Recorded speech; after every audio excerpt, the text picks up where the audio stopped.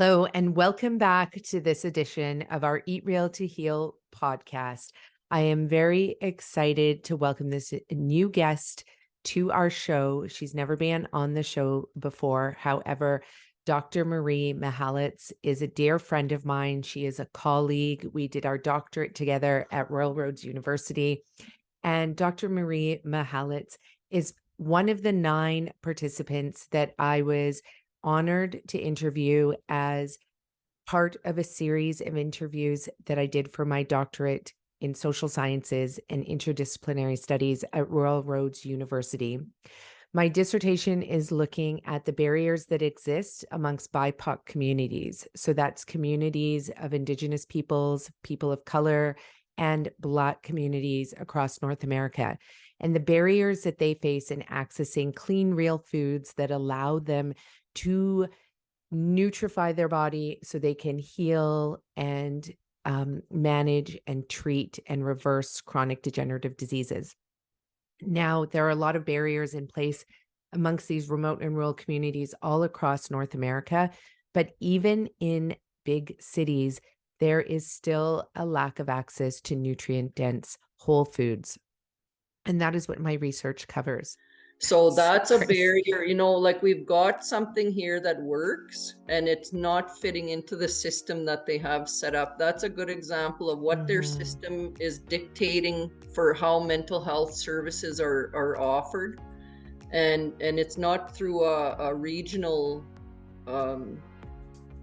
we had our regional Keewatin, they was our regional healthcare before, but it's all been dissolved now into a provincial one. So it's even tougher because now you talk to someone in Regina who's saying, no, this is how it's done.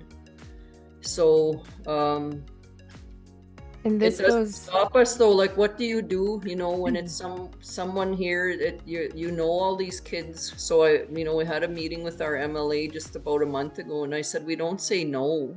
It's like you help them. It's pick up your pen or pick up your shovels. That's what I tell these ministers, because you either sign something that's going to help us or pick up a shovel and go dig another grave over there, because we help people anyway, and we've done things for free. Yeah, us too. So, because we know that it works, and people are waking up to that and realizing that, we need to work together, because a lot of these systems have divided us.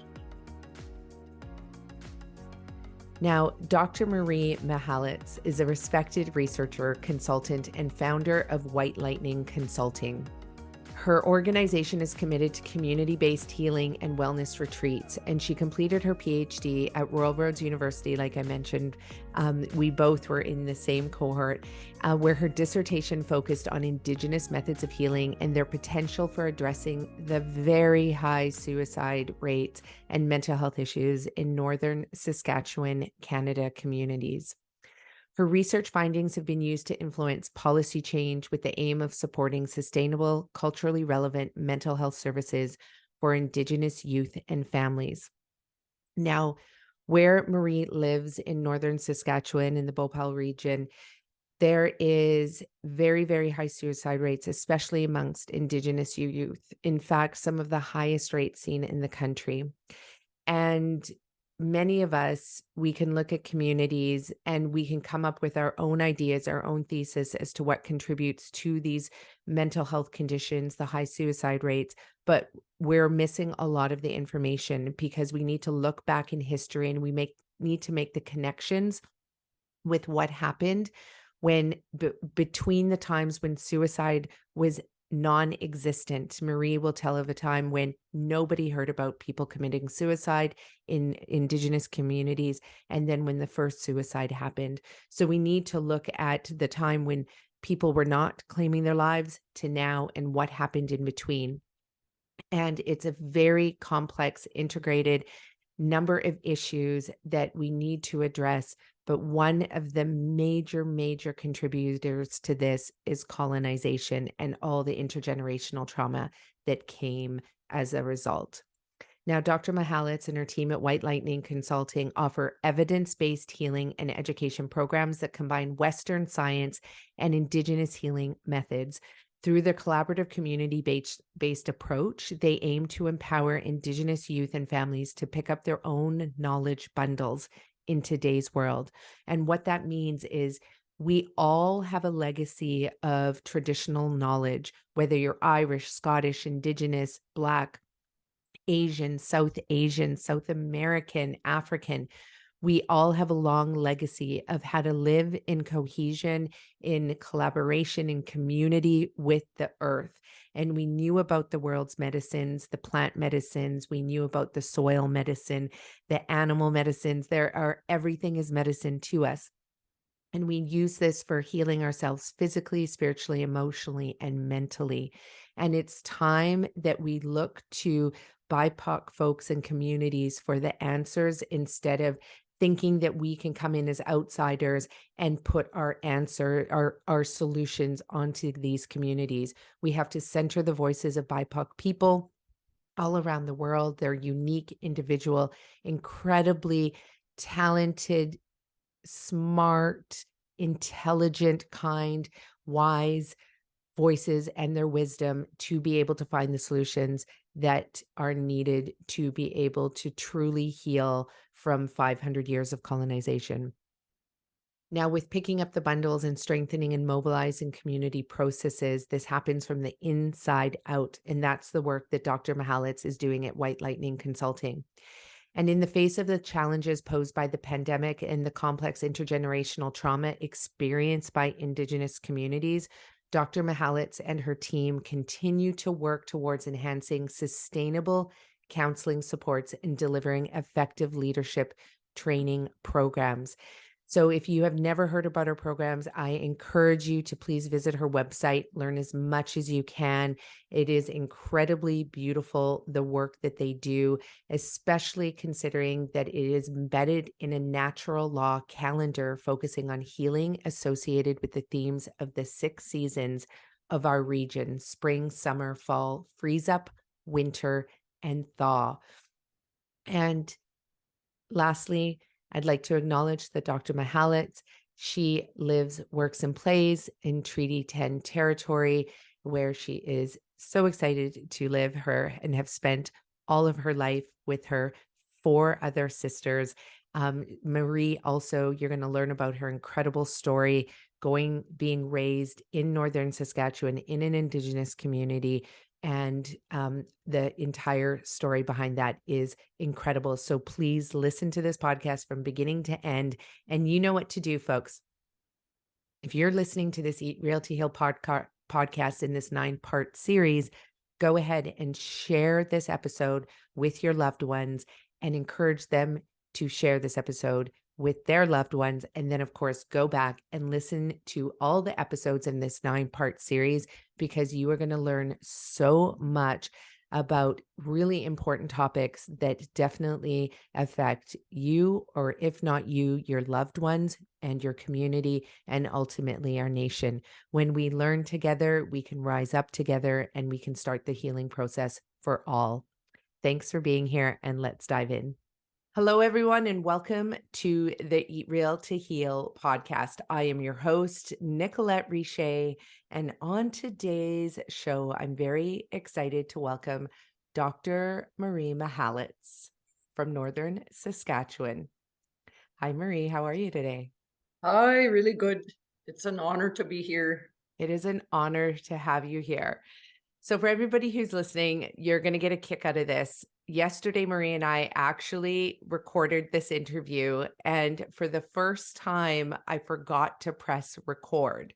But it was the best thing that ever happened, because once that record button was actually, we were aware it was not on, the whole interview went, like, it just shot into the stars. We just talked and talked and talked, and so much amazing just stories came forth, and I wish I could share them all with you today, but we will not be able to do that. So we're going to have Marie back on the show for sure to do additional podcasts, because she's just such a wealth of knowledge from all of her experiences and her curiosity in life and searching back through her ancestors and her lineage, which you're going to learn a little bit about here today. But for those who are wondering, if you're just hearing this podcast for the first time, this special series, it's a series of 12 podcasts that I'm doing with individuals from all over North America who have direct experience, direct knowledge, perhaps it's academic knowledge, academically acquired knowledge through universities, or it's knowledge acquired simply from living from the land, from having experiences being born and raised as a human being on this planet. And these individuals are gathering to share their ideas, their thoughts, their skills, their experiences about what are the barriers to accessing clean, real foods, to accessing the quality of foods that we need to be able to maintain our mental health, our physical health, and to keep us free of chronic diseases. Now, of course, that's just the leading question. But because I'm using Indigenous research methods and because I'm using narrative inquiry as part of my Ph.D. research, the conversations, they get to take a life of their own, because within those conversations lay all the nuggets that are truly going to tell us what the true barriers are. Currently, our governments, they believe that the root cause of the 4 to 8 times higher rates of diabetes, heart disease, mental health conditions, suicide rates that are happening amongst BIPOC peoples, our governments feel that it's because they are overweight. BIPOC peoples are overweight. They need to lose weight. They feel that it's because it's alcohol consumption, and they feel that it has to do with their diet and their lack of exercise. But those are just superficial root causes. There is a much more systemic reason and reasons behind the disparity that we are seeing when it comes to BIPOC peoples suffering from these chronic diseases at such higher rates than non-Indigenous, non-Black, non-South Asian peoples. And that's what we're really trying to get it to the heart of here. So with that, Marie, yesterday, one of the pieces that you said was, nobody will ever know what it feels like to have my life. And I would love for you to tell me what you meant by that statement. You know, after we talked yesterday, I was thinking about that, and I was thinking, I guess everybody could say the same thing I do. You know, when nobody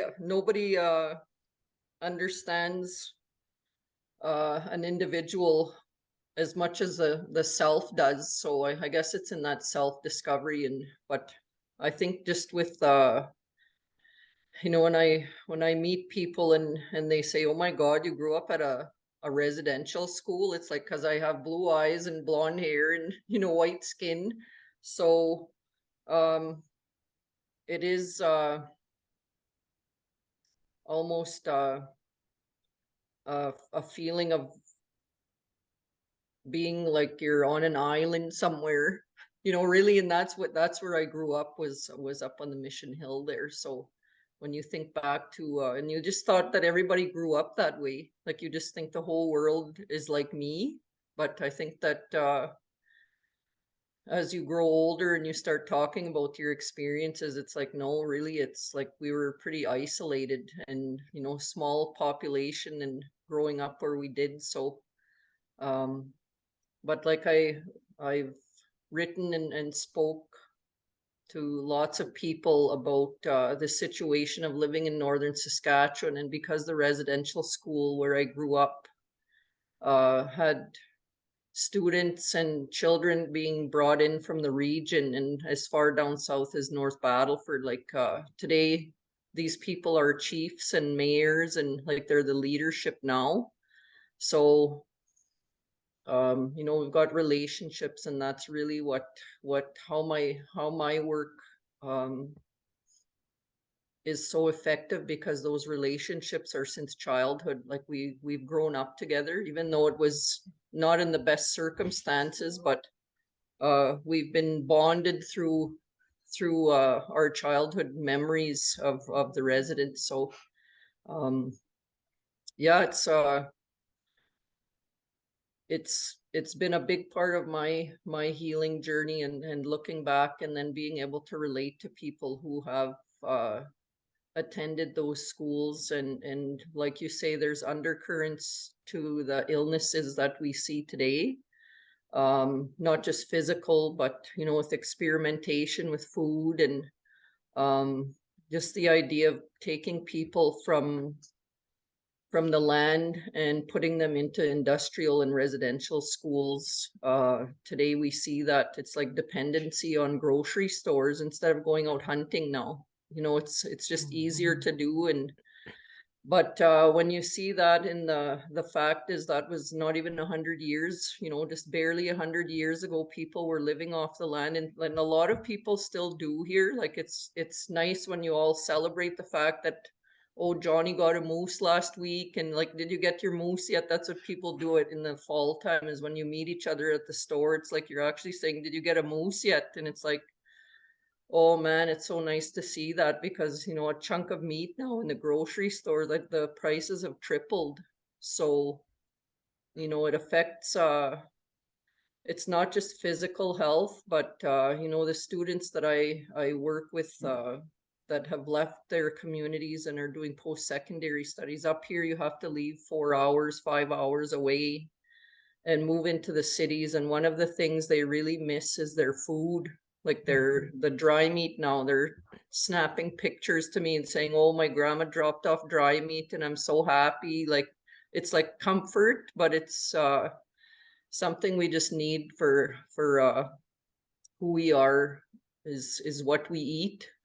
So there's a link in so many ways where that helps with our holistic health. It's not just physical health. So, and it brings us together, with our ceremonies. There's feasts, and we usually have food that we bring together to share. So one of the questions, or one of the things I just want to share with the audience, which we are going to do an entire show with you, Marie, just on your family lineage, because you are actually not Indigenous to Canada, but you are Indigenous to Ireland. Is that right? Yeah, Scott? my mother's Irish and French, yeah, and my dad is more of a. We thought he was a Hungarian for most of our till he did ancestry, but it was more of a Italian, Iberian, Northern Croatian. So like kind of my grandma used to say gypsies, like a nomadic people. So yeah, so in my journey through my dissertation, it was a lot of self-discovery that way, where I was looking into my own ancestry and some of the ceremonies that they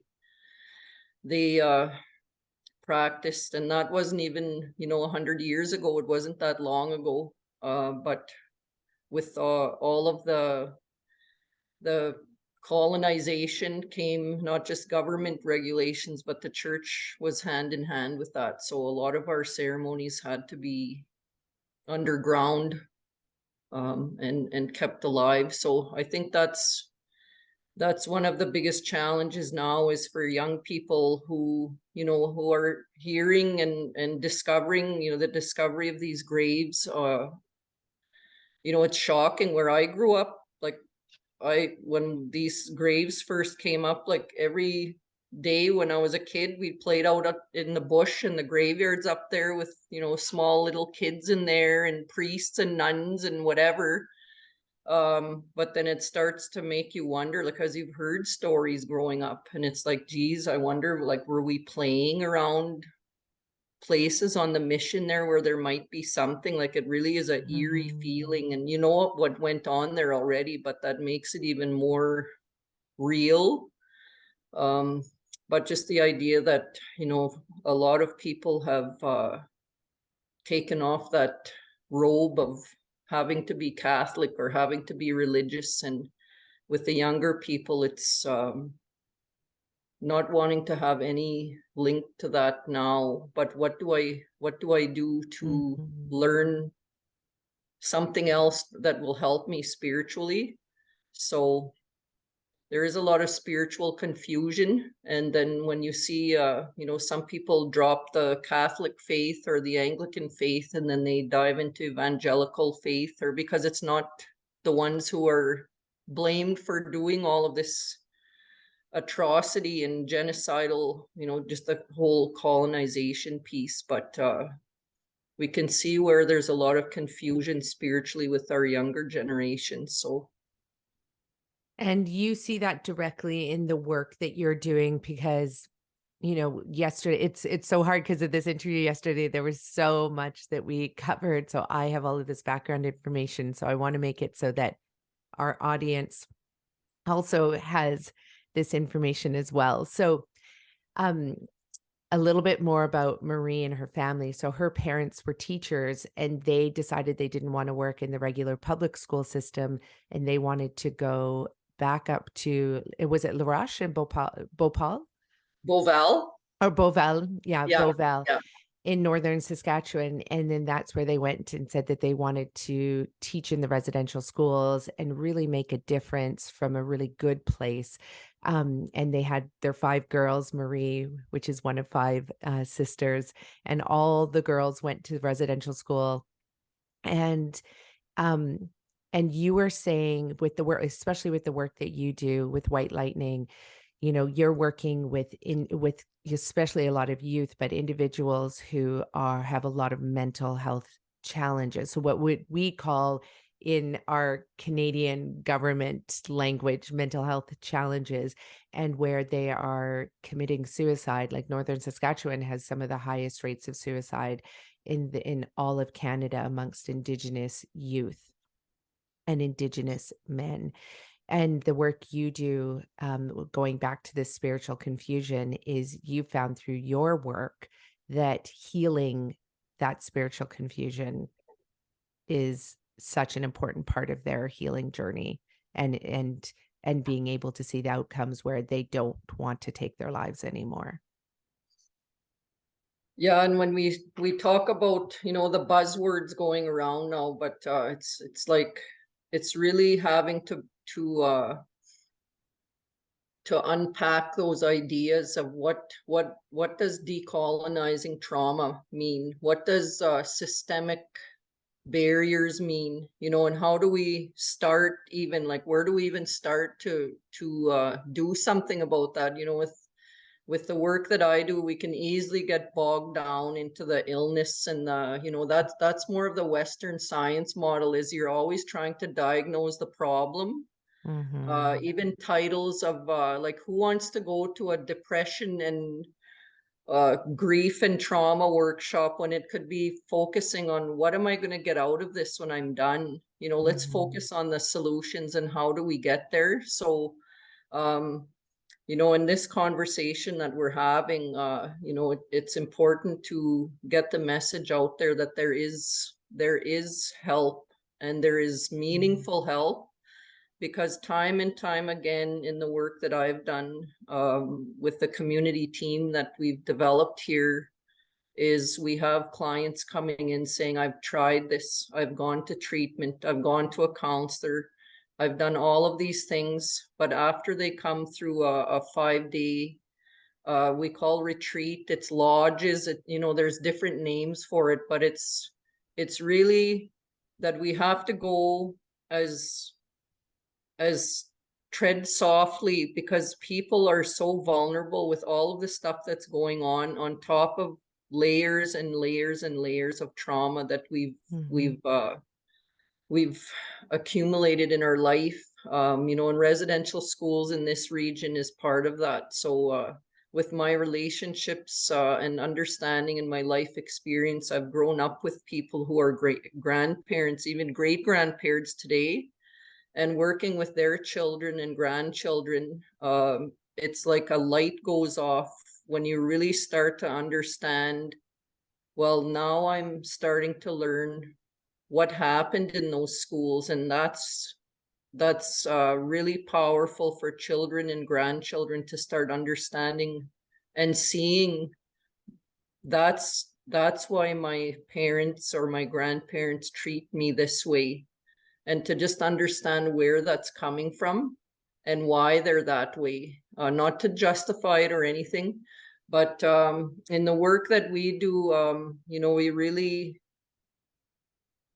see a lot of funding now coming with Truth and Reconciliation. And, with some of our elders, they're kind of worried about that because there's money being thrown around. And, we want to make sure that people understand that we don't just rip off a scab when we're in a session, and then send people home, because that's what we keep hearing is, Mhm. it made me feel better when we did that, but I went home and it was like I just started my addiction again, or I just went right back into my dysfunctional behavior. So, we call it, like, when you start with safety and you go down and then you go in, but before you go home, you need to come up and then you go out. So you need some Mhm. kind of pathing, and goal setting. What am I going to do for the next month? And actually be able to achieve that goal, because so many people have tried and they don't get there. And it's like, we call it like a revolving door, where Mhm. you've tried things and it doesn't work, and then you try things and it doesn't work. So it's like, sometimes, in an example is kids in high school, grade 10. It's a tough, if you look across Canada, probably North America, it's a bottleneck of kids in grade 10 who just keep coming back, but they can't. It's a real challenge just to continue going on in school. But it's not just the fact that it's academic, it's carrying a lot of things from home that are unresolved with the grief and Mhm. trauma that kids are experiencing. um, Many of the adults I know probably couldn't hack, what our young people are going through. So Mhm. it's really challenging, but they need all of us do, um, a process like this, that it's going to help. And you can do this in an hour, you could do it in a day, you could do it in a week, but you just need to understand, as a helper or a therapist or a counselor or an uncle or an auntie, it's like, get them through that and then send them on their way. um, it could be small goals, long-term goals, but people just need to get a sense that they can achieve something Mhm. and feel good about that, even if it's just small. Um, and and when we're talking about, like, I learned so much with the community team when I did my research, um, was to involve the elders in our region to kind of guide us along the way here with our work. But the understanding that with the Indigenous paradigm, what we see, even in schools, when I taught for 10 years in the high school, we have a language program, it was called. But like, I was teaching introductory Cree in grade 10, 11, and 12. But in grade 10, 11, and 12, it was one class, and it was called a program. And I'd always say, this is not a program. If it was a program, they'd start in kindergarten, and by grade 10 Exactly. they'd be fluent already. Like, even by grade 4, like when you see French immersion, and it would always be like, why am I teaching introductory Cree in grade 10 and Mhm. saying stand up, sit down, like just basic commands? So when we think about mental health, or like even with nutrition, it's like, we need to get it so that it's like an immersion. We need to be flooded with it, because an hour a week isn't going to help. And that's what our mental health system right now in our community, we have a worker that comes in once a week, for a community of over 1,500 people. So it's not enough. And people say there's gaps in the system. So uh, we know what those are, but we don't like to focus on that. We like to focus on, getting in and doing group works, because a lot of the things that we do in 4 days in a retreat with your peers and listening to each other, and a lot of it is like, oh my God, it's like how you introduced me. It's like you feel like you're alone and you're the only one in the world going through this, and then you sit there and you listen to other people sharing, and it's like, oh my God, I thought I was just the only one that felt this way. Mhm. And that's the power. And they say the medicine in the circle is you can go farther in 4 days if you bothered to keep trying to go to a counselor once a week for an hour. Here it would take about 4 years. And Exactly. here, like in 5 days, you could get through 4 years of therapy, the way that the model is right now. And it's pretty Mhm. powerful, but it's the follow-up that it has to be part of a bigger plan. And we have this in our communities. We have a lot of local professionals who are in semi-retirement mode, and they don't want to stop working, but they want to be part of projects like this. So that's where we are tapping into providing some training, and the hope is to be continuing working with you, Nikki, and your nutrition. And I remember when we first met there at Royal Roads, it was like we're really talking about the same thing here. It's just a different plate, you know. Oh, yeah. And we see there's a shift happening right now. The system is crashing after COVID. The Mhm. attendance rates are pretty much, you walk into high schools and you can hear crickets. There's maybe two Wow. kids in the school, and it's like there's a lot of challenges in our school systems, but it's because of the way they were really designed is for like colonizing people. Yeah, exactly. So and our medical models of health are kind of based on that same idea, where um, it's really tied to pharmaceuticals. Mhm. Like if we have a crisis in communities here, there's not enough counselors to go around, so the medications brought out, anxiety meds to keep you calm until you can get in to see someone to talk to. Um, but I watched Dope Sick on Disney this Mhm. winter, and I thought finally somebody's exposing this, because we've been talking about this for many of my young clients will come to me and say, I went to see a specialist, and they gave me these pills, but on the pill bottle it says side effects could be suicide or depression, like, and I don't want to Mhm. take them anymore. So what do I do? So we don't even have people in the mental health field who are, supposedly professionals, who just don't know what to do with young people who are depressed and suicidal. So and that's where with my team, I have the analogy of, it's like being trauma surgeons. You can't be scared of the blood and guts. You need to get in there, and Yeah. it's hard, but you need to listen. You need to just stop and put duct tape over your mouth and quit preaching to these kids and just listen. And they actually said that in our sessions. No one listens to us when we Mhm. speak. Can you just listen? And really, when you're doing the healing work, we're not healing people. People heal themselves, but they just need a space to feel safe. And it comes through ceremony, through meditation, just stopping and shutting off that static from the chaos and the rest of the world. We need to Mhm. ground ourselves in the natural elements. And when we talk about this is an Indigenous paradigm, it's really going back to the natural laws, because that's where we all come from, and reconnecting.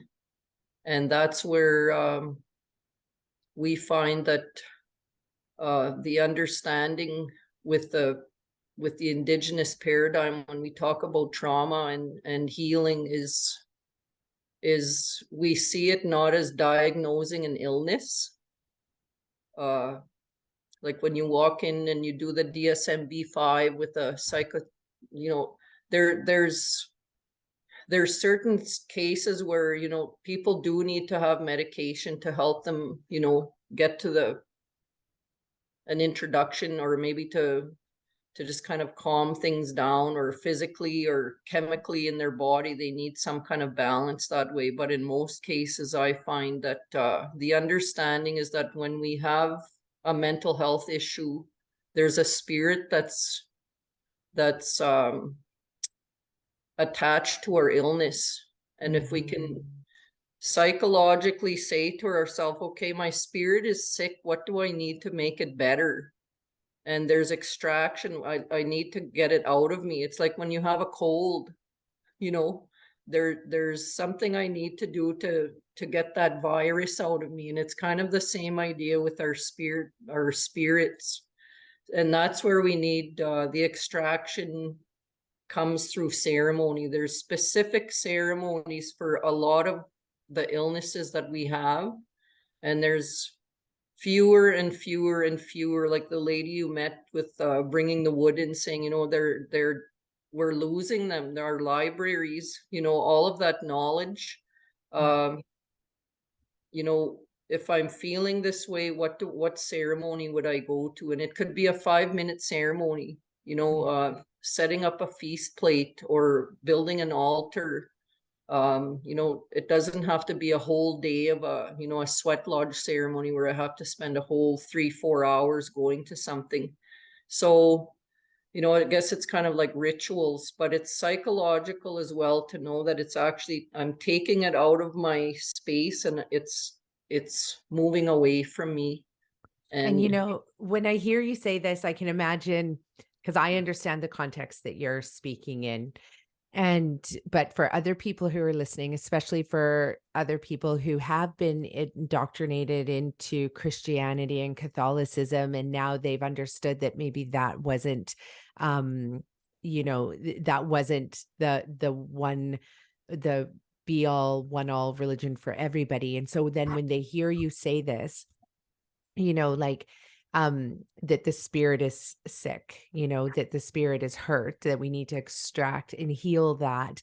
And in doing it through ceremony and doing it through the natural laws and reconnecting, in my mind, for somebody who's hearing this for the first time, I imagine that they think it's behaving in a religious way, right? Like you're talking about, like, there's an evil spirit, like the sin is in you. And that's been taught to us. And I think almost so much that, if you were to write a grant proposal, which you're often doing to government bodies, to say, hey, we need to implement these, we need to use an Indigenous paradigm. We need to, engage with ceremony, land-based learning, all of these things that to them, they think of it as voodoo, when all you are talking about is reconnecting with your soul. You're reconnecting with your inner self.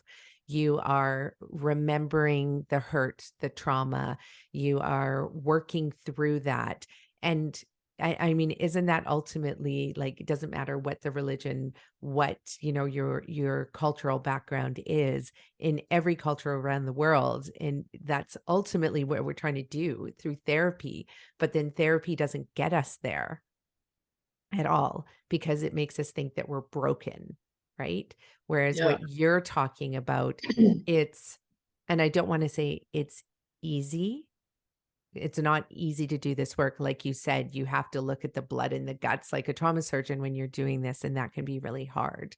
But at the same time, it is the direct path. Like you said, like what you can do in 5 days takes the traditional, not the traditional, actually, the conventional Western model months and months to achieve. And it's the same thing with myself and nutrition. What we can do with food to reverse disease in like 7 to 30 days, we can reverse diabetes. Like in the conventional medical system, they say it's not reversible. Diabetes is not reversible, but it is. yeah. So I just wanted to point that out, because I know that a lot of people are probably hearing this and not, and anyway, it brings me back to what that one individual said to you, that, sitting in teepees and banging drums is not going to get us there, but it actually is going to get us there. Yeah, and like you say, with we're decolonizing religion, if that's even possible, I don't know. But with my background, like it took me a long time. Like I was born, raised Catholic on a residential school, like living on the Mission Hill for 18 years. Um, so you have to be very gentle and very patient, and not to say I have the right way and you need to learn what I believe. It's Mhm. like, oh my God, you're still stuck in the Catholic faith. We can't judge other people. Yeah. We can be spiritual and we can be religious. And we can be religious and not an ounce of spirituality. When we just follow the route ritual, we have to do this, we have to do this. But like, even as a kid, I always questioned things, and I'd say, well, why do I have to go in that little box and I can't see the priest and I have to tell him all my sins? Like, so we just make stuff up. I stole a candy. I said a bad word, or like you just make up things. But I found that, and for some people, it helps them. So that's my story. That's how I feel. Or, Mhm. doing the rosary, it's just, it's repeating over and over again, but it's not really meaningful. That's how I would always feel, is how come I have to keep saying the same thing over and over and over Mhm. again? Where when I started to go into ceremony when I was 19, I was introduced to the Sweat Lodge and I received my name, and the people that I was sitting with in the circle were, so you're sitting on the ground. I've always been that earthy connected person, as right from a child.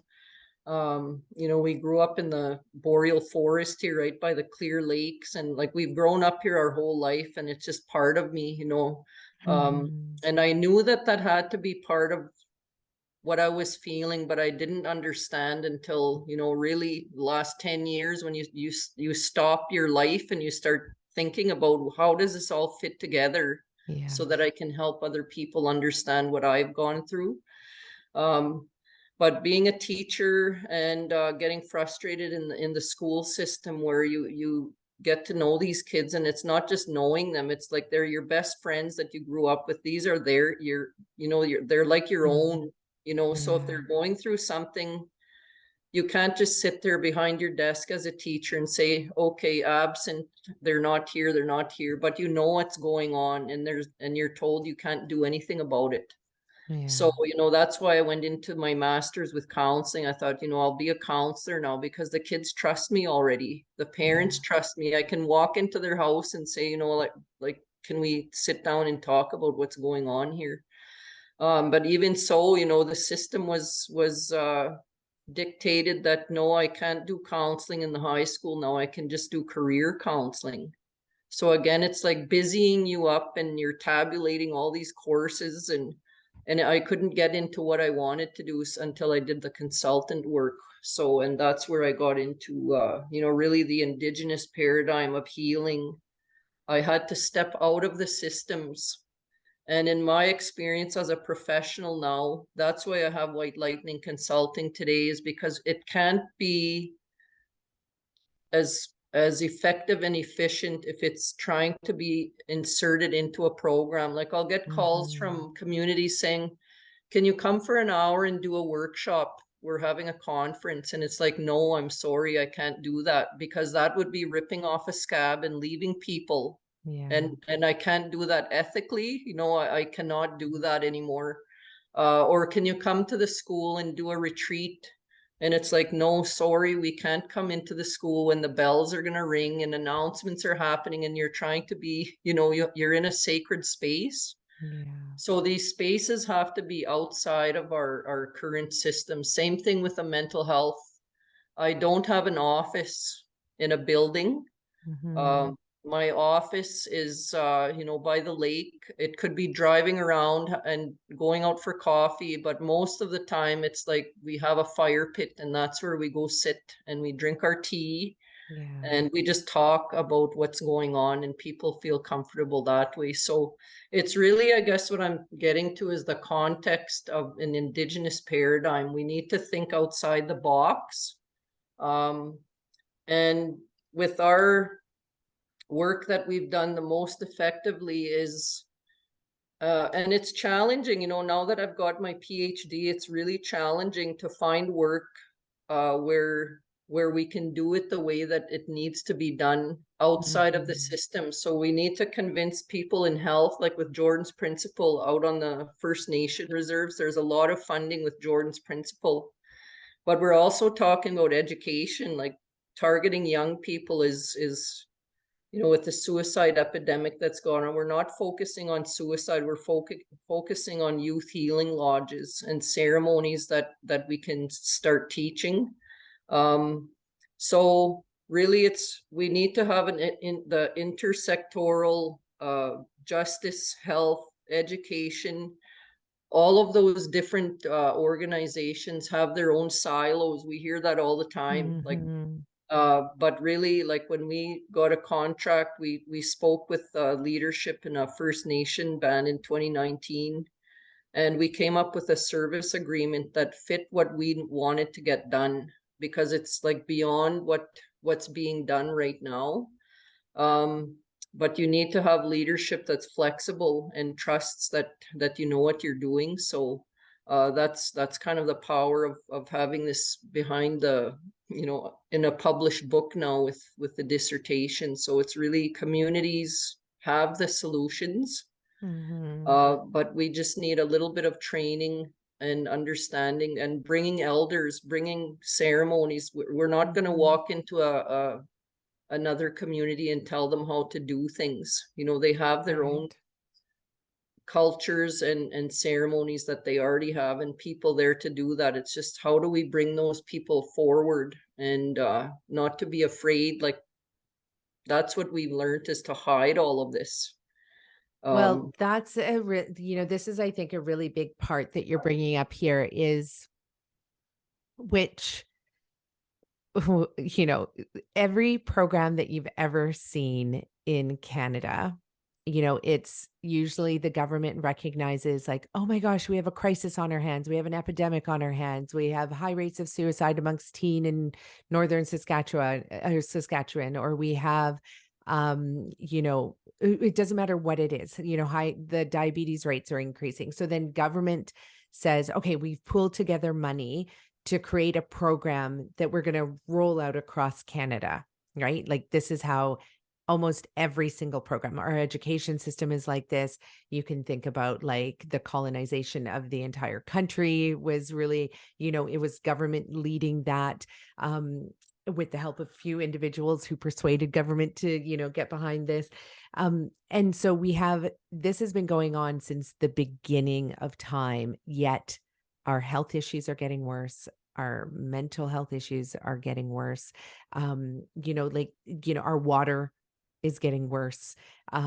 We still have Indigenous communities all across Canada that don't have access to clean drinking water. They have, like, boil advisory rates 365 days a year. So the part that you're talking about here is that the solutions already exist within the communities, right? It's already there. So what you're saying is the very opposite. We don't need those government programs that we roll out across, the whole entire nation. And of course we don't, because every community is unique. Every community, one barrier for, especially when it comes to accessing clean, real food, it's going to be different across sometimes it's going to be geographical. Sometimes it's going to be just lack of knowledge. Sometimes it's going to be, it costs $90 for, a bag of cherries. Um, so knowing that we need these individualized programs in these individual communities, like, how are we going to do this? Because you've tried to get the funding to be able to do this, and you haven't always received it. In more cases than not, I think, have not received it to be able to do this work.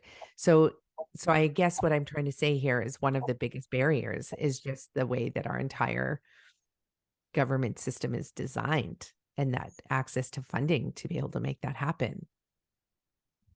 exactly. Like, uh it just needs to be called out, and I did my research, and you know it already, but sometimes, like, when we do our research, we have to back it up with facts. And Canadian Counseling the Teachers Association across Canada, and this is just not Canada, it's everywhere, it's global. where the mental health of students, they've seen decline, and they understand that it's not just in our northern communities anymore. The suicide rates, depression, anxiety, Mhm. youth on the streets. When I went to Victoria, they're always shocked. I've been to Yonge Street in Toronto, but when I went into Victoria with you, when we went down, I was thinking, holy macaroni, like, and I young know. people and old people and middle-aged people, it's not just young people anymore. Yeah. Um, but when you look into what government programs are there that have been created to address mental health issues in the school, because that's where my area is, it's courses like mental health first aid, assist training, and I took gamuts of that. That was my job as a consultant in the school division. But really, it was training professionals who work with young people, like grade 1 teachers, social workers, whoever, who are on the front lines, but teaching them to diagnose or recognize, okay, that kid right there, there's something going on there. I'm going to refer that kid to a mental health therapist. So now it's like we have these eyes and ears in the schools, which is a good thing to be able to recognize that something's going on. But the answer is to refer them to a psychologist who's going to medicate their ADHD. Look at the numbers of ADHD No. in this country, and it's just crazy.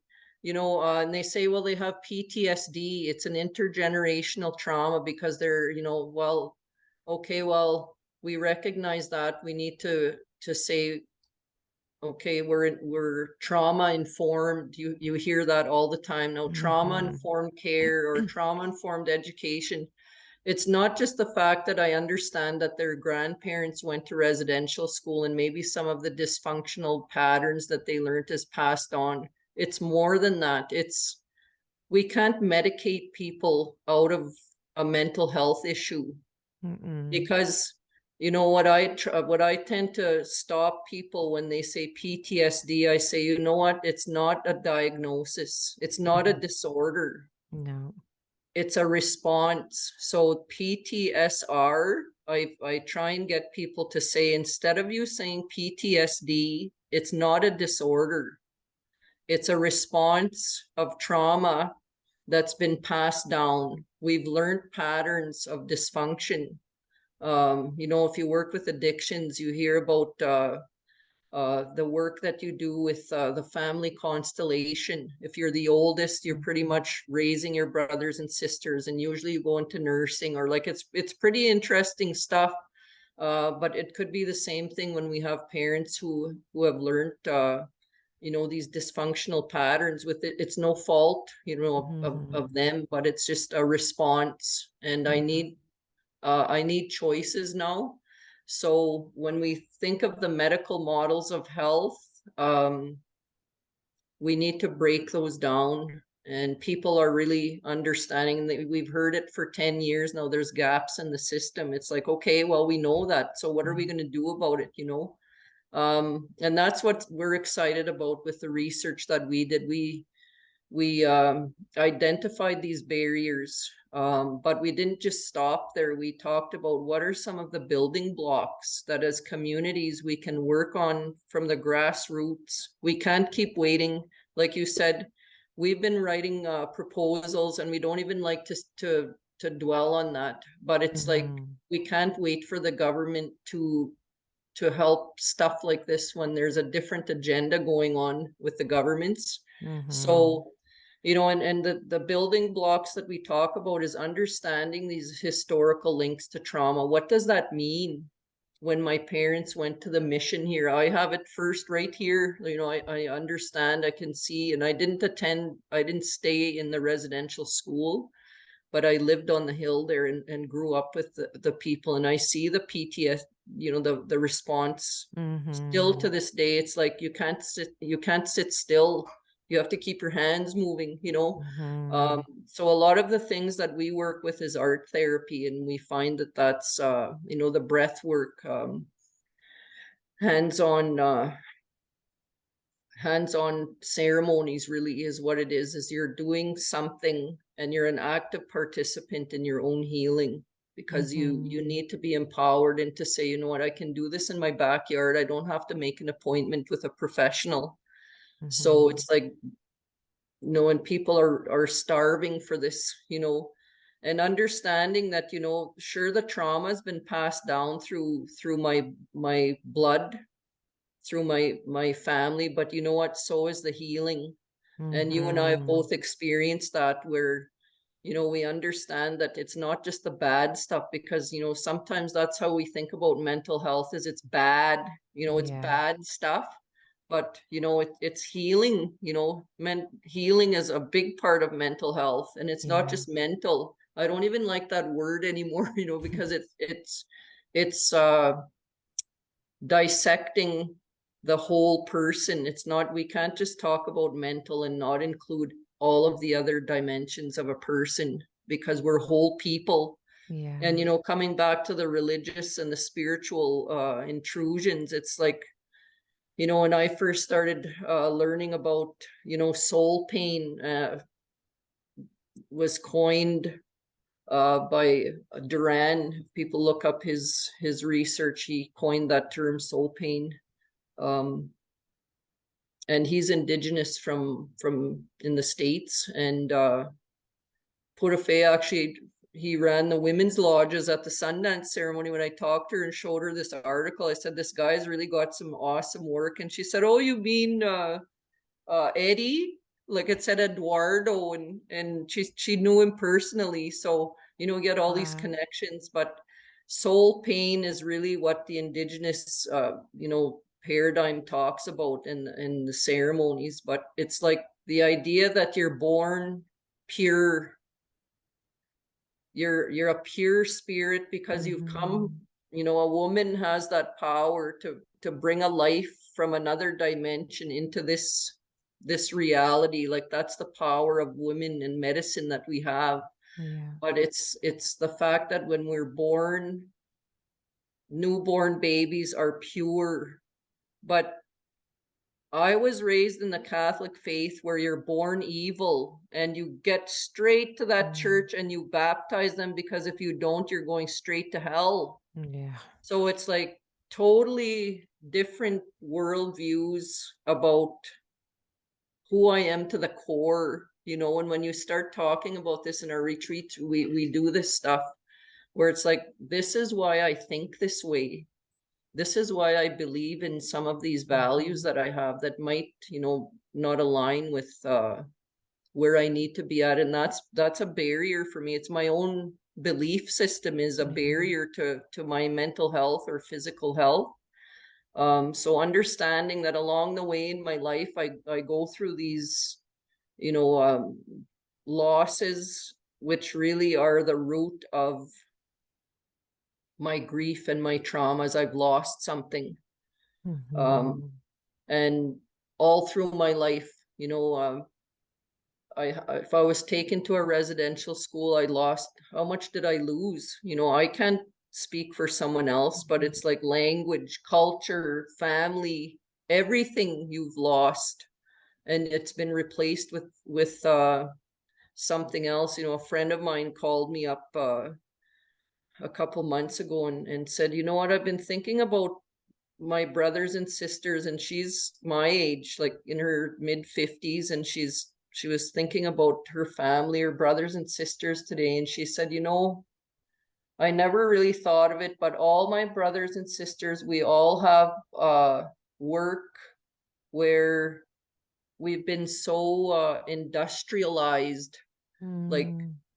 we have to get up at 7, eat at 7:30. Like, it's fall, like the residence was that way. You got a time, you went to mass, you did this, you Yeah. did this, but it stays with you for the rest of your life, because you need to work hard. And you know, it's good values for some, you know, some circumstances. But a lot of that is causing anxiety to in this day and age with grandparents, you know, saying and a lot of OCD, you know, you have to do it this way, where, Yeah. you know, it's just been internalized so much. And one of the probably the biggest challenges is we don't have the residential schools physically. They're not there. Yeah. The clergy is gone. The system, you can't see it, but it's there. It's ingrained in all of the grandparents, all of the people that went to those schools. It's invisible, but you see it coming out in the younger generation. So, people say, oh, there's a high suicide rate in our area, but it's like, well, it's not, let's not focus on the suicide. Let's focus on what the bigger, like this, take up, like back up and have a wider perspective and understand the context of Mhm. where it's complicated, but it's simple, really. We Yeah. need space to be able to just sit down and feel like we can talk about how we're feeling about this, and to understand this healing's in our DNA. It's part of us, and there's hope there.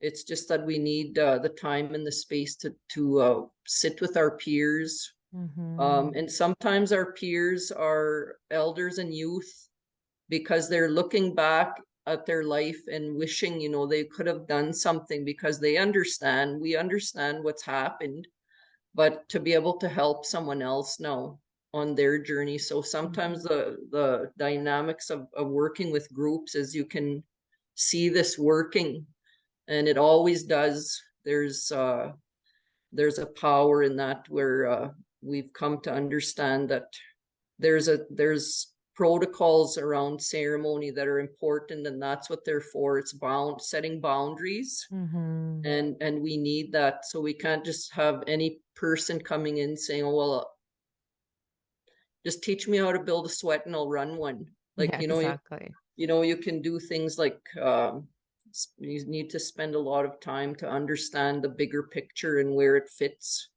So really, when we talk about our work, it's like we're prescribing ceremonies when Mhm. people come out, and there is some hesitation still, in communities where the Catholic faith or religious indoctrination, it's embedded so deep. But a lot of times I just say, take that. You don't have a title when you come into the room. You're not a nurse, or you're not a counselor, or Mhm.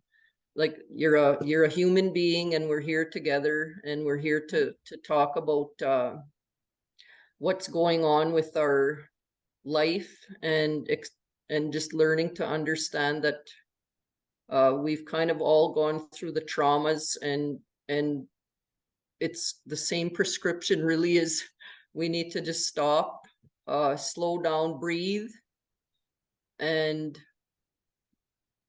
working with that natural law, so that it's going back to our origins. It's not a certain race.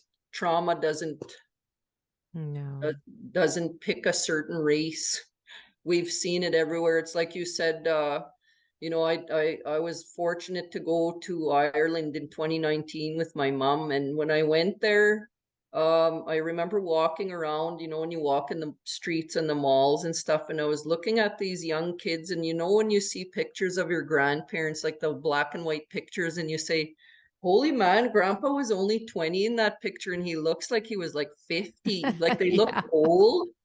And I was looking around, and there was some people that look like regular Canadian kids, but I was looking at other ones, and I was thinking, they're hanging out together, so they must be the same age, and that kid looks like he could be 45, 50, 70. Like, they look old, some of those young kids. And I thought, it's not just over here that we're experiencing intergenerational trauma, because we were going on tours and listening to the god awful hell that my ancestors went through in Ireland, through being starved to death. Yeah. Um, and pretty much almost wiped out. So it's like, man, and my cousins that I met there, my mom's cousins, were saying, we really like you to come here and do some retreats with us. So Of it's like, you course. start realizing, that's not just here. I have to, I'm sometimes thinking in my own bubble, and I'm here on a trip to Ireland, but it's like, then understanding, man, my mom never talked about her grandma. Yeah. Never talked about. I thought that she came from Ireland. She said no, she was in Renfrew, Ontario. That's where they came up and they settled there. but it was never spoken about what happened to them. It was like you didn't talk about it. So Yeah. now it's starting, it's same thing with it's so traumatizing. Who would want to talk about it? We need to focus on what we're going to do to get done here. It was part of the survival mode. Yeah. But I think, with everything that's happening with the residential school, the discovery of the graves, it's kind of waking up the world to understand, Mhm. what's really going on through colonization. It's not just in North America. It's Ireland was a big part of that too, with Britain coming in there and trying to take it over. So Exactly. Well, yeah. that's one of the, there's so much in just what you said here that um I want to come back to as well, and then as well to sit with this piece that we all have an origin story. It's why I chose narrative inquiry, because it's, if we were to use narrative medicine the way it's being now taught in some schools, some doctors are learning about narrative medicine because they realize it's so important to hear the stories of the patients to really be able to then prescribe the right treatment. But then when we hear the stories, it's often not a pill that gets prescribed. It's often, hey, you're in a bad relationship, or you're seeking love, you feel alone, or it's, you want to be creative and you're not able to be creative in your work. So maybe you need to find a creative outlet, or, like there's the treatment is never medicine when we use narrative medicine, when we hear people's origin stories. But there's something that you said earlier that I really want to come back to. And that is, you said, even though the residential schools are gone, even though the clergy is gone, but the system is still alive in us. And it's this rhythm that's been created by the residential school systems, but it's not a rhythm, it's an agenda. It's like a systemized schedule that we are now all abiding to, and we've actually lost the rhythm. But this is where, when you sit in ceremony, often drums and drumming is an important part of ceremonial work, and it's not for the music, but it's actually for connecting to the rhythm of our own self, our heartbeat, our ancestors, our greater spiritual connection, the rhythm of nature. And so I found that was really powerful in what you said there, just about the residential school system being gone, but it still lives in with all of us. The second part that I want to come back to as well is the fact that you said trauma doesn't matter what your origin is, doesn't matter what your race, religion, culture, where you were born, whether you're white, whether you're Indigenous or Black. We all have an origin story, and there's trauma that we've all experienced. And it made me think as well that for a lot of individuals who are working in government that have these systems in place, that have access to millions of dollars that they get to dish out to individuals like you and myself who are trying to do this good work. So we have to write these proposals, and then they have to sit in their office and judge whether your proposal deserves the money, achieve the results. But if they can't relate to what you're talking about, if they can't relate to what I'm talking about, like food is medicine or ceremony is medicine, there's this part too that I realize that for a lot of these individuals that are in these positions of power to administer that money, they themselves are going to go through a crisis, a trauma of their own, when they realize they need ceremony, they need food as medicine, and all the years that they denied people access to that as well. So it's like, so I wonder how much, they're cutting themselves off from being human, right? They're just so systemized as well because they're part of the system, and how all of this is just, we're just a bunch of broken people running around trying to do good work, but none of us can do it because we literally have all been so colonized by the system. Like, it's broken everywhere. Exactly. Like, you touched on a lot of things there, but I guess the thing we've come to understand is how much we've internalized. Like it's a part of everything we do every day. Like if I get up at Mhm. 8 and I go to my office and I work 9 to 5, like really, do I have to go into an office and work 9 to 5? I'm fighting that right now as a counselor. It's like you're offered mental health therapist jobs, and it's like, well, so what does that look like? It's like, well, you come to the office at 8 and you leave at 5 and you make appointments from an hour, whatever. And I said, I'm Mhm. sorry, I've done that, and I'm not I the delivery of mental health needs to change. It needs to Mhm. be flexible. um and outdoors, you see these beautiful mental health facilities getting built and they look like hospitals. And I there's a, know. sure, you need doctors and nurses when you're talking with detox, but, I have good friends of mine who have been in, integration. You talk about, it's a daily challenge sometimes, like especially if you've gone through addictions and you're in recovery. Really, I tell people, you know what, I'm a recovering Catholic. And really, they laugh, but I say, you know what, it's true. Like I understand more and more now the natural law process and what's going on and what's happening. The more you get into in tune with this type of work, it's really what we're talking about is energy. It comes down to Mhm. our energy as people. It's like, as a high school teacher, you'd get a substitute teacher come in and they'd walk in the room and the kids would like go all berserk and you'd say, what the hell? Like, what's going on? But it's like they can feel the energy that Mhm. you emit. And it's the same way when we're talking about working with mental health, working with groups. We really, really, that's another book that needs to be written on my self care. Like when we do Mhm. our retreats, like we sit up till sometimes 3 in the morning as facilitators because we're triggered by a Yeah. lot of the stories that are coming out and saying we need to deal with this because we can't keep working with people. And I keep coming back to I can only help heal other people as far as I've healed myself.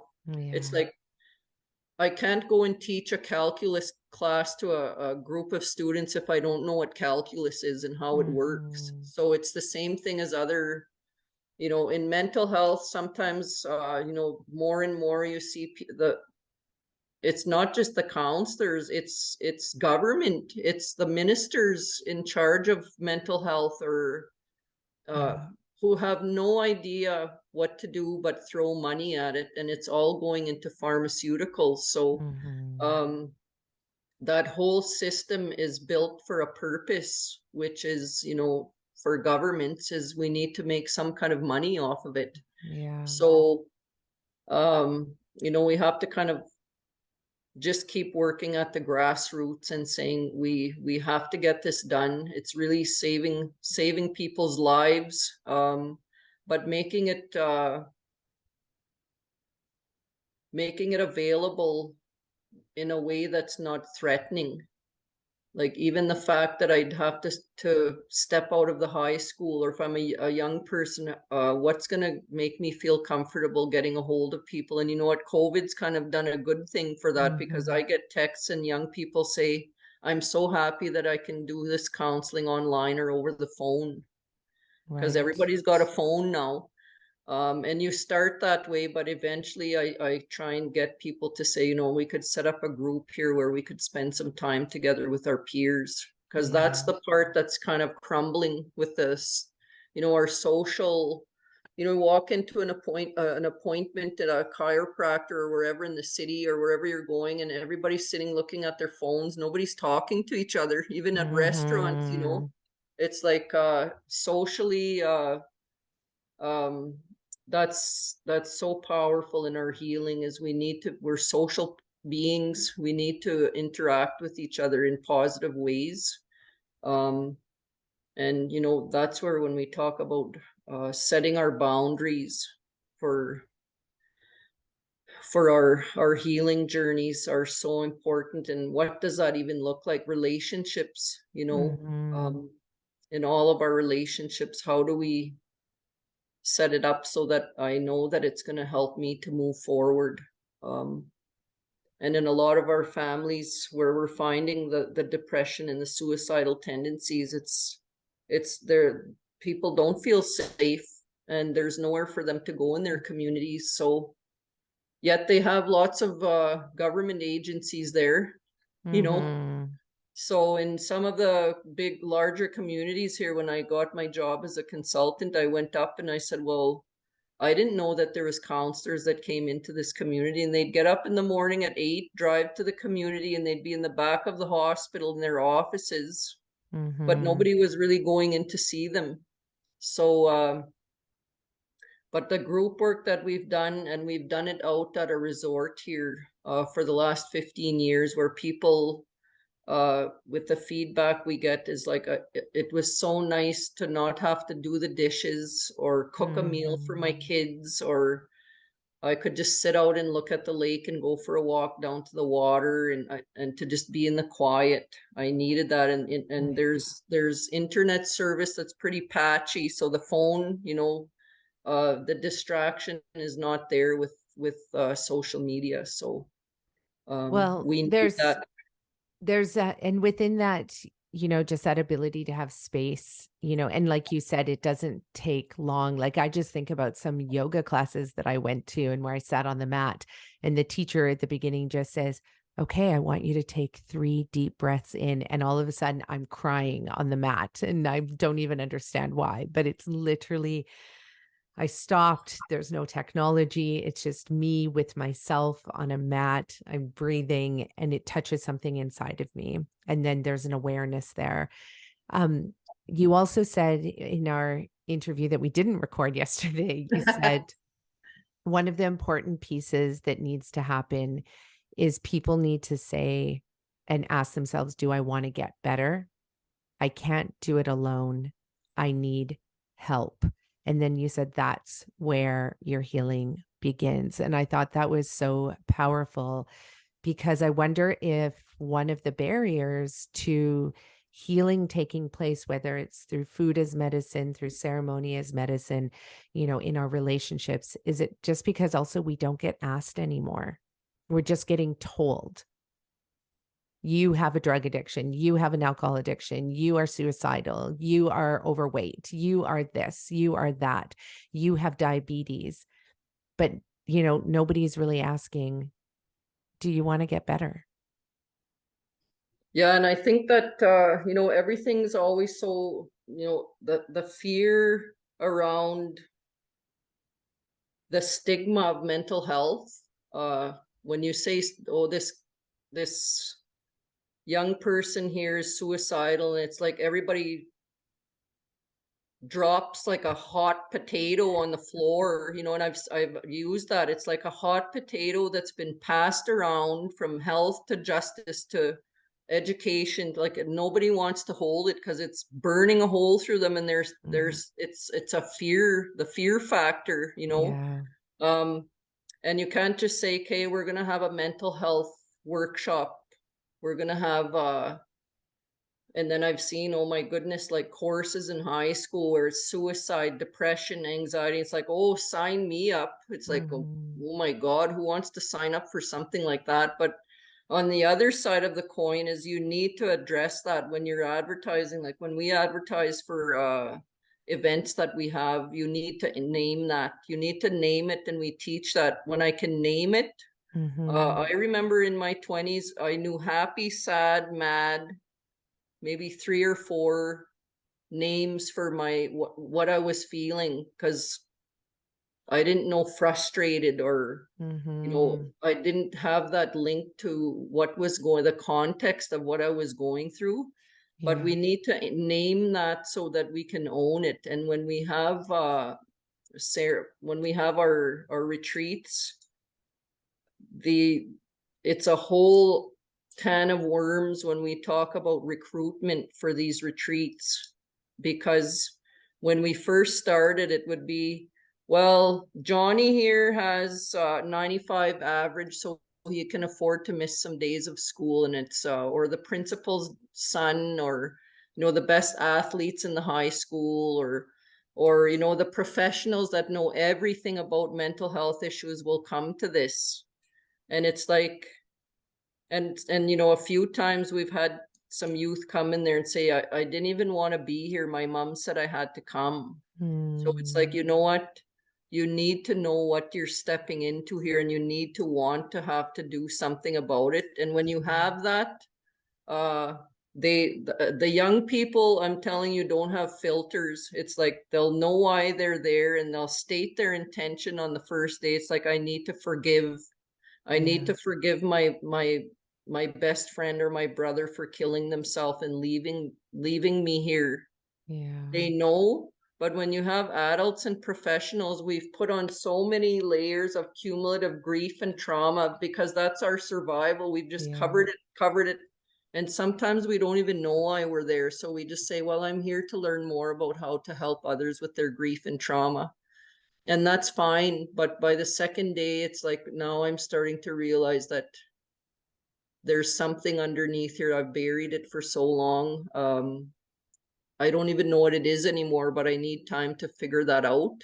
So, Mm-hmm. and in that process, it's a lot of letting go needs to happen. Where we actually, I remember doing it where you make a circle, you write it down on a paper of all the things that have happened in your life, and when you get it written on that paper, that what I was talking about extracting things, it's like now it's on the Mm. paper and I can actually see how full it is, but I've taken it out of my head and I've put it on the paper, and Yeah. now I can do something about that. And that's where the ceremonial stuff comes in. So, making space, it's like storing information. You can only get so far where you have to let it out, and so you can have more time to let other things in. I So, love that.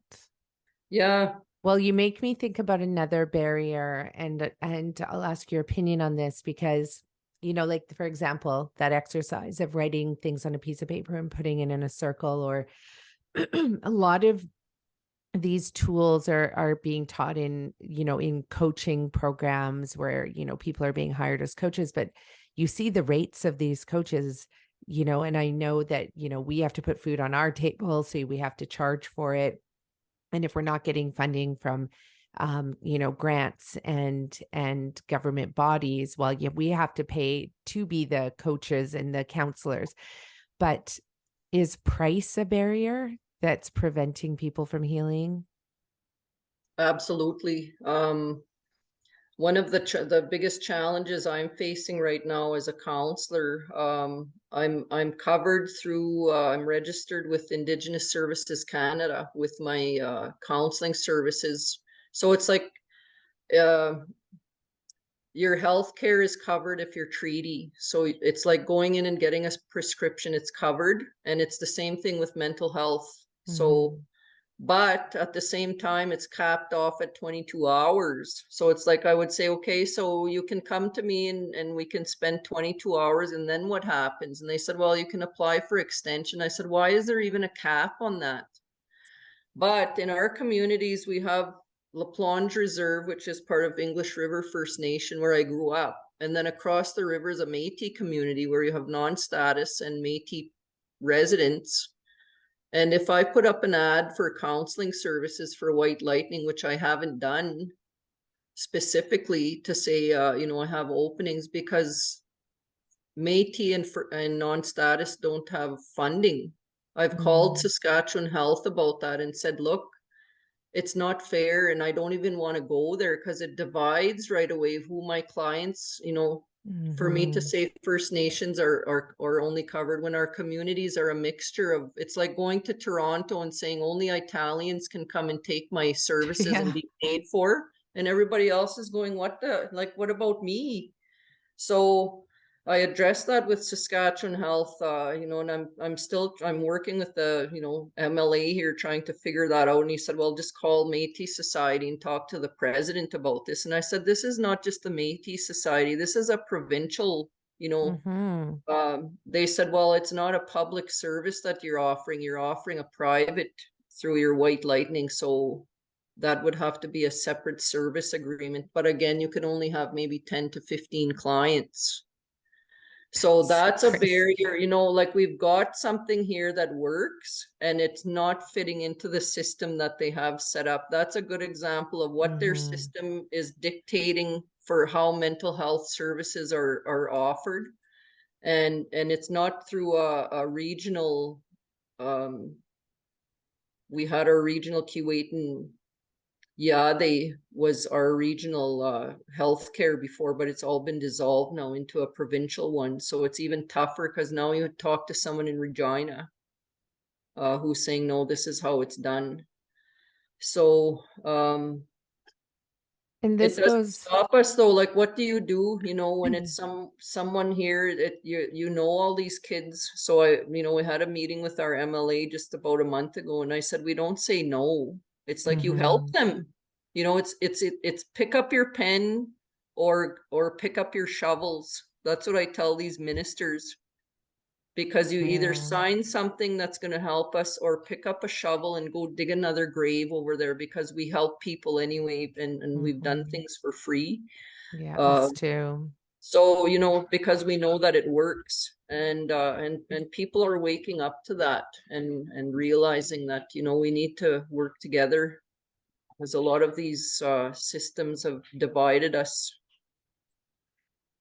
That but yeah, brings me back to why it was so important for me to do, in interviewing guests for our podcast, was to interview people who are not on the policy side, who are not on the academic side, but are academic just through their living here as a human being on the earth, which brings us back to, really what you're saying is traditional ways of knowing are not being recognized by our Canadian government. You are using the Indigenous paradigm, Indigenous healing methods. You are using ceremony, breath work, drumming, talking, circles, gathering in community, which scientifically, all of these things are proven to heal, are proven to work, but our governments are not listening to the science that's already produced. They're not listening and recognizing traditional ways of knowing as being a valid, um, as being a valid, call it counseling method. Those are the words that they would use, or a counseling practice. And so, it's systemic racism, it's systemic oppression. It's that continuation of this, colonized world that we are all part of. And we're never going to get to the true healing unless um, these Indigenous ways of knowing are recognized as valid, as true, as working. And this is probably one of the biggest barriers.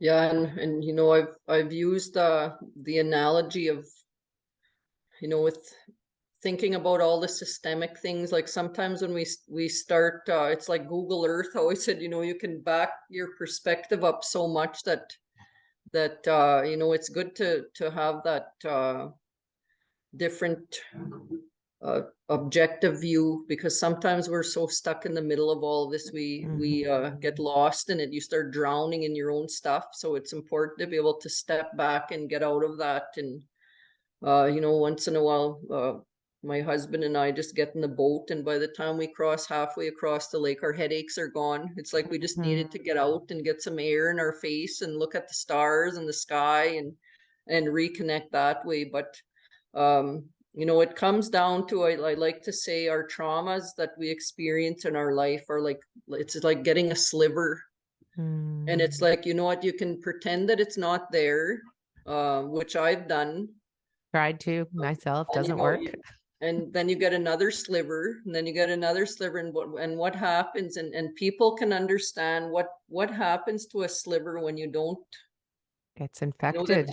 deeper that it gets in there, the more infected it gets, and it Yeah. freaking hurts when you Yeah. poke in there, and it's pussy and Yeah. swollen, but you need to get it out, because for the rest of your life it'll stay in there, and it'll manifest into something else. Yeah. That's Become why we're sick. systemic. Yeah, like, and it makes our whole being become sick because of this one little sliver. But it's not just one little sliver, it's like Yeah. lots of them Yeah. throughout our life. And that's where we need time. If you can't see it, then it's on on your back, you need someone else to come there and help you get it out. Yeah. So trauma is the same, whereas we need other people to help us. We need medicines to Mm-hmm. clean it out, um, and we need the tools for for how we get there. So in communities, it's the same thing. It's organizations, it's families, it's Yeah. communities where we've got these slivers of colonization that are stuck into us, but it's like, how do we take them out Yeah. without hurting each other more? Um, so, that's why the title of my research was picking up our medicine bundles, but in a modern day context. And then Mm-hmm. it's mobilizing communities. How can we help each other lateral growth? Because really here it's like you're living with communities that are cousins to each other, like you're related by blood. And so when you're related that way, if one person, does something and heals themselves, it's like a ripple effect. It affects everybody else. So, it just Mm-hmm. starts with me, really, Yeah. because it can be pretty overwhelming if we try and change that big system out there without starting with myself. So Mm-hmm. we always remind ourselves as that as a team, because it can get really frustrating when we've been applying for funding and stuff like that. It can get, a lot of us now on the team are getting full-time jobs elsewhere, but we still do our work on our own Mm-hmm. time. And that's how we've been doing this for the last, at least 10 years, because it's needed. So it's just a matter of stepping out of those full-time jobs and going into this so that it's paid work. Um, Yeah.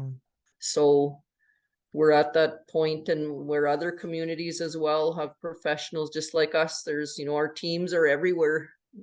It's just something that's waiting for the right vessel, or framework for them to be able to say, okay, now we know how to put this together, and not telling other communities this is how you do it, but just kind of like a guide for how can we get started and the steps towards doing that. So it's just that, with your nutrition, same thing. Mm-hmm. How are It's our the stores same. set up here? And people say, well, diabetes rates are off the charts here. And I went to, geez, this was probably 15 years ago. We had health professionals come from down south to put on a weekend workshop where they had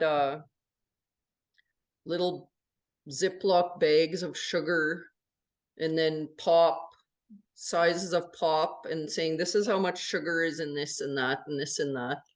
And then a KFC bucket and a chicken wing and this much lard, Hmm. fat. So this is actually what you're eating. So we're saying, oh, that's pretty cool. And then they had FAS babies, this is how they Mm-hmm. shake and look, or whatever. So it's like all these displays set up.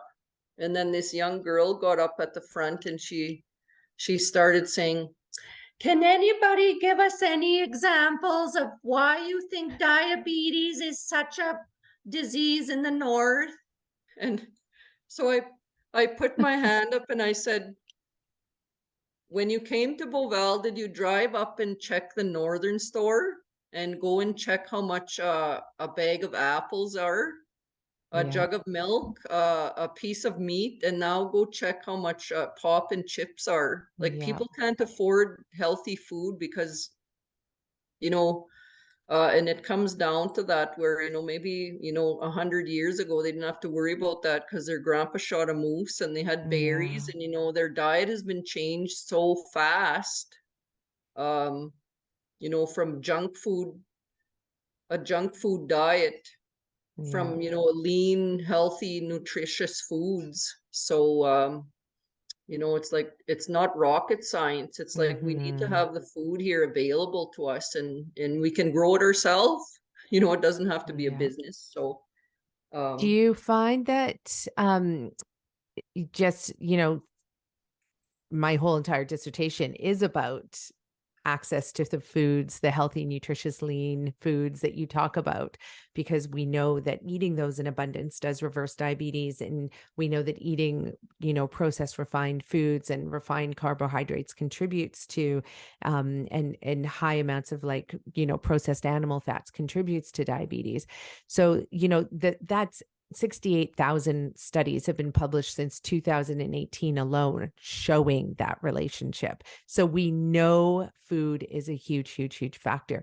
But do you also think it's knowledge? And the reason I ask that is because, and this is not just in knowledge in Indigenous communities, but it's knowledge across Canada, across North America, because we have all this marketing that's telling us that, this gluten-free, organic, vegan cereal, but it's in a box, it's packaged, it's processed. There's nothing whole, there's nothing fresh, there's nothing nutritious about it.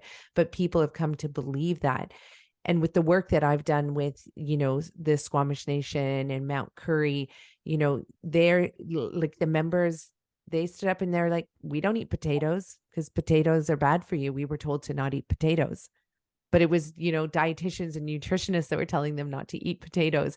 But, it just, I don't know, the lack. And I hate saying lack of knowledge, because we know that Indigenous peoples were free of diabetes prior to the 1940s all over the world. They ate nutritious food. So the knowledge is there within them, but and I hate using the word knowledge because it feels very patriarchal and very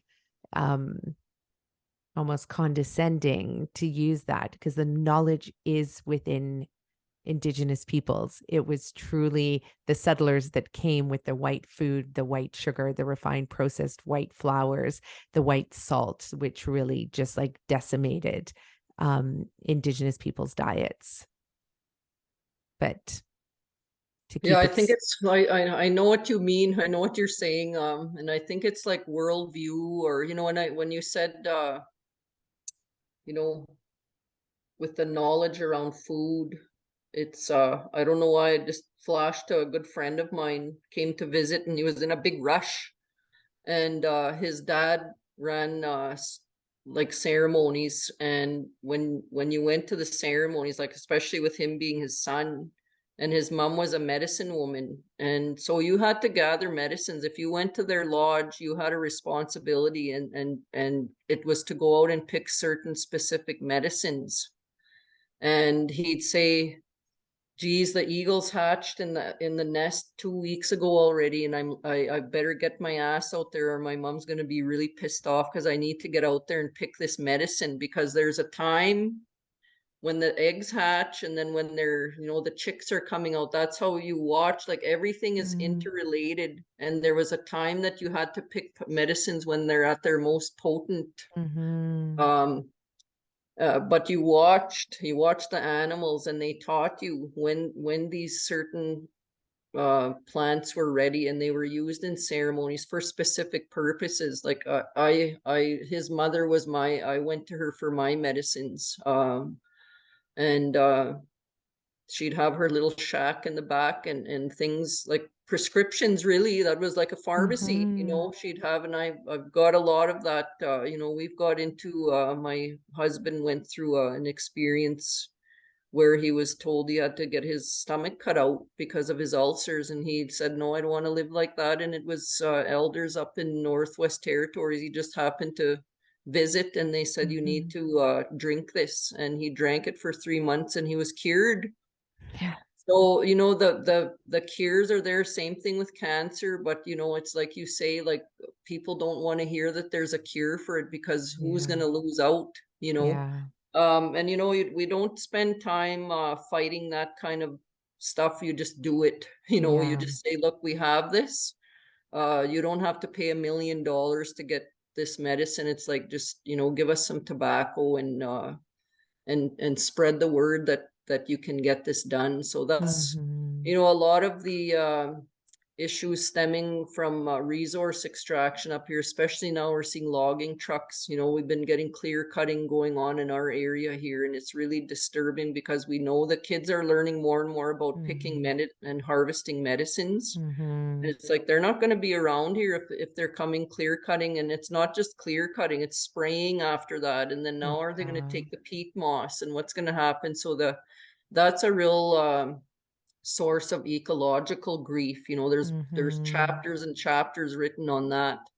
Yeah. uh I had an elder come to a retreat who said it physically makes me sick when I see a logging truck pass our community because I know what they're doing and I can't pick my medicine. Mhm. I've gone out to my trap line and there's nothing left. So Mhm. and that's where we're bracing ourselves here in our areas to say, we need to start standing up more, and legislation around that. Can we stand up and guard our land here without getting put in jail? Is that against Yeah. the law now? So because we're a threat, because we have everything we need, just like with mental health, we have all the food and the Mhm. fish and the moose but how long is that going to last before it's the same thing as cutting it down? And I learned that at Royal Roads there was like it's actually a strategy, globalization, to have these mega cities where you have to buy everything, Yeah. and we have no control over that. So thankfully we're still in the position here where we still have food that's clean, and water and fish. And I used to visit one of my elders, and he'd always have a slow cooker on the cupboard in the kitchen, and it would be rabbits, it would be moose meat, caribou, and he'd put a few carrots from the garden and potatoes in there, and he'd always be eating that. He'd never eat uh, food from the store. And I asked him that one time. I said, man, because he was a trapper and a fisherman and a hunter, and he said, "That's all I eat." He said, "Is the animals from here because it's clean." He said, "Why would I want to eat something off an animal that walks around in its own shit all day?" Mhm. Like these cattle and pigs and chicken. He said they walk around in their own shit all day. They're all dirty and stinky. And he said, why would I Mhm. want to eat that when I could take a fish out of the lake here that's you can drink the water here still. Wow. Yeah. So, it's simple, but we make it complicated sometimes. Yeah. But, it's come to the point now where we need to be standing up and defending this clean, because really it's our food. Mhm. Oh, Marie, I think we have we done it? I'm looking back through I've 11 pages of notes from our two combined interviews. Um, and literally there is just so much beautiful healing within this podcast that for anybody who's listening to this, you can go out and do any one of the, you know, few hundred things that you mentioned and start your healing journey for anybody who's listening out there. Um, what is it, some tips? What is one tip, a couple tips that you want to leave with our audience? So for people who are, perhaps have a family member who is, and I don't even want to say battling mental health, but actually just struggling with spiritual loss, struggling with that soul pain. What are some tips that you have for individuals who are struggling with it themselves or who have family members that are? Um, I think that, like, I can only speak from my own experience. Like I lost my youngest sister. She had a lung disease, and I thought I was okay. You know, she passed away, and I thought, okay, well, I'm okay, I'm okay. And it didn't hit me until the anniversary of her death, the year after. Mhm. In the middle of the night, I got up off the bed and I was just freaking out and saying, I have to go to the graveyard. Like all of a sudden, it's like I just had this anxiety attack in the middle of Mhm. the night, dark winter night. And I was saying, I was getting dressed to go out, and people were saying, what the hell is wrong with you? So, sometimes we're in survival mode for so long and we think we're okay, but it manifests itself like outbursts of anger, Mm-hmm. frustration with our kids.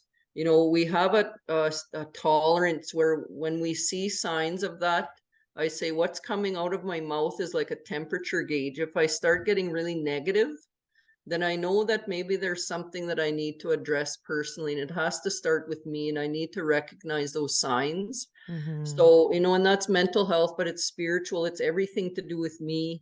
And every day I might need to just say, you know what, I just need to stop, put on my coat and just go for a walk around the block. Or, you know, if I need something, if something's happened to me and I think I've resolved it, but it keeps coming up and I keep talking about it over and over, Mm-hmm. that's a sign of unresolved grief and trauma where Mm-hmm. you'd say, well, I've talked about it with a counselor like 20 times, but I still feel the same way. That's a sign that we need to go deeper and get that sliver out because we're just sticking a band-aid on it and it's still in there. And a Mm-hmm. lot of our mental health services is talk therapy, which can help, but it does not heal.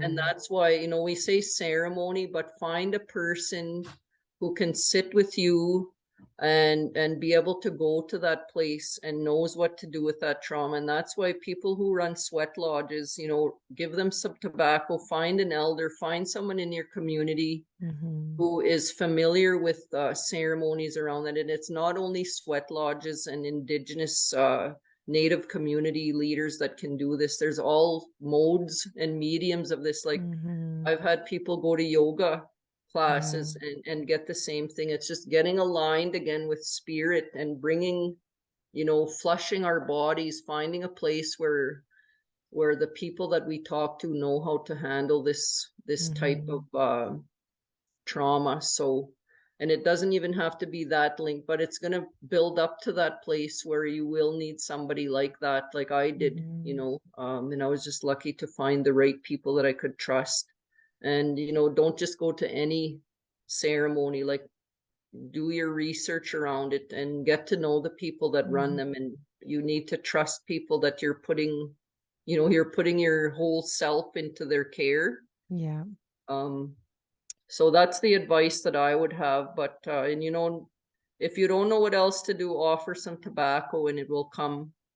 There's Mm-hmm. something out there where it works. When I don't know what else to do, just it doesn't have to be 4 cigarettes that you put out. It's like even if it's a little crumb, they say, you know, Mm-hmm. it's the intention that I put Yeah. my tobacco down in the water, in the fire, in the wind, in Mm-hmm. the air, just where people are not walking too much. And you just state your intention that I think I need some help here. That's all I need to say. I need help.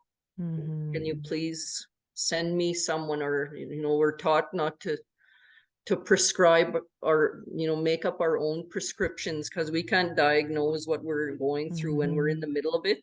So they always say, don't ask for what you think you need. You just ask for help and send something my way that's going to help me to get better. Mm. And I it love works that. every time. So I that's what I love did. that. So, because you do this work, I would say another tip would be for everybody who's listening here who is struggling with soul pain, who's struggling with, their spiritual loss and needing that reconnection, contact Marie at White Lightning. So, how can people get in touch with you, Marie? The best way is we have an email, White Lightning for me. So it's the spelling White Lightning all lowercase and then the Mhm, number four and then mhm, me at mhm. gmail.com. And we do have a website as well, which is whitelightningconsulting.com. Awesome. I'm going to And our put that. contact information is on there. Amazing. So I am going to share all of these links in the show notes as well. This interview is going to be published on a website where all the interviews for all the 12 beautiful people that I've had the honor, the privilege, the joy of being able to interview and learn from. All of that will be contained there as well. And I'll have Marie's contact information for White Lightning Consulting so that you can get in touch with her, learn from her, heal with her. And Marie, I just have to thank you so much for not only just doing one interview with me, but for doing a collective 6 hours and 2 days of interviews with me and just all the brilliance that you have brought, because I know that ceremonial healing has worked for me. I know the power of it, and it needs to be the norm. We need to get back to this way of healing. So thank you for being on our show and for everything that you do. Thank you, Nikki, and it was fun, and it was it's always an honor to be asked to share this, and our work is so linked, and hopefully that even if it helps one person out there Yeah. to not be fearful. It's like we were told, there's fear and there's love. It's simple. There's two things Yeah. in this world, and we just have to stop being afraid and just step out and take the chance and surround ourselves with people who want the same goals as us. Yeah. And together we can get stronger. So thank you, Nikki, for inviting me, and I look forward to seeing the fruits of this labor. Oh, me too. I'm submitting my dissertation in about a month's time. And so this is very exciting to have you included in that and be part of this process. It's an interview I will remember forever, forever. Okay. And you and I have lots of good work coming our way. Okay, for sure.